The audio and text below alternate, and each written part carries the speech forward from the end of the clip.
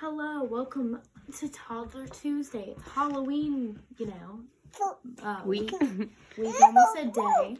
Okay, so Shoe Baby. Okay, but this is our second time making it today because something happened to the other one. We don't know what's wrong with it. So, we're just kind of redoing it. Except for now it's like nighttime, so we can't go outside. That's okay. So, don't forget to subscribe and like and do all that stuff. Okay, we're going to be having some butterbeer today.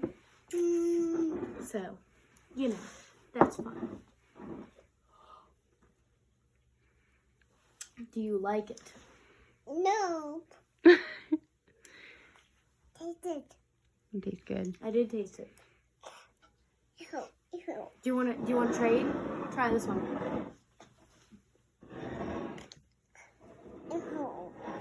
You liked it earlier, silly girl.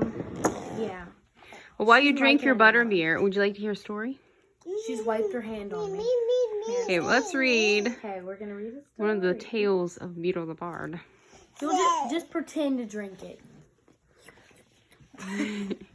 Okay, so let's read the tale of the three brothers. That's not the one Jovi picked.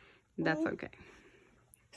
This is the most popular one from the movie, right? Fine. Okay. We're gonna listen to you. So. I done. There were once three brothers, like Jovi, who were traveling along a lonely, winding road at twilight. In time, the brothers reached a river too deep to wade through and too dangerous to swim across. However, these brothers were learned in the magical arts, and so they simply waved their wands and made a bridge appear across the treacherous waters. Sit down. They were halfway across it when they found their path blocked by a hooded figure. Who do you think it is, Jovi? A ghost. No. Let's see. Death spoke to them. He was angry that he had been cheated out of 3 new victims, for travelers usually drowned in the river. But Death was cunning. He pretended to congratulate the 3 brothers upon their magic and said that each had earned a prize for having been clever enough to evade him.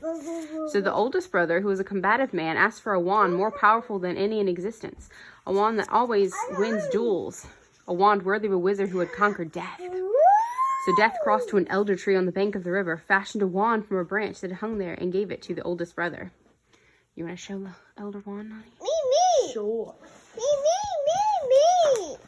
Ooh. Okay. Me. Okay. The second brother, who was an arrogant man, decided that he wanted to humiliate Death still further and asked for the power to recall others from death. So Death picked up the stone from a riverbank and gave it to the second brother, and told him the stone would have the power to bring back the dead.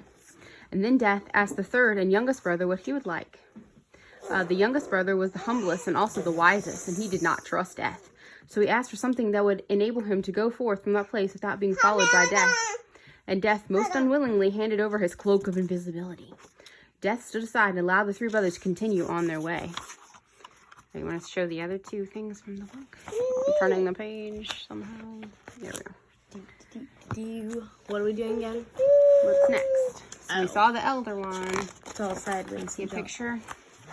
Wow. Ooh, the invisibility cloak. And one more time. Ooh, the resurrection stone. See, those are pictures from the movie. You see them, Jovi? Show Jovi. Look, pictures. Wow. So in due course, the brothers separated, each for his own destination. The first brother traveled on for a week or more and reached a distant village, sought out a fellow wizard with whom he had a quarrel. Naturally, with the elder wand as his weapon, he could not fail to win the duel that followed.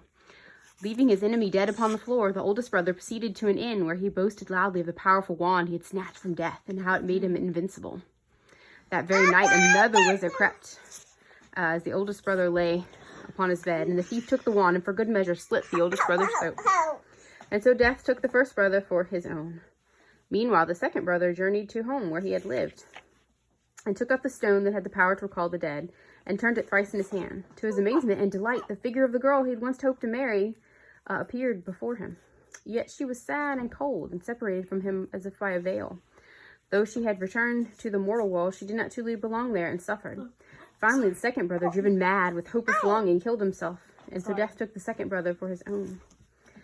But though Death searched for the third brother for many years, he was never able to find him. It was only when he had attained a great age that the youngest brother finally took off the cloak of invisibility and gave it to his son. And then he greeted Death as an old friend and went with him gladly. With equals, they departed this life. And there's the picture with the symbol of the Deathly Hallows in there. Are you a Slytherin now? No. No. Yes. You're gonna fall off the whole chair if you keep doing that. I You're all done. Did you like the story? Yeah. Yeah? Book. Mama, I'm done.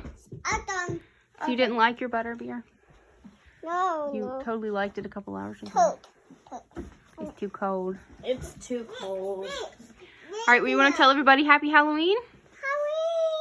Halloween. Can you say Happy Halloween? Say happy Halloween.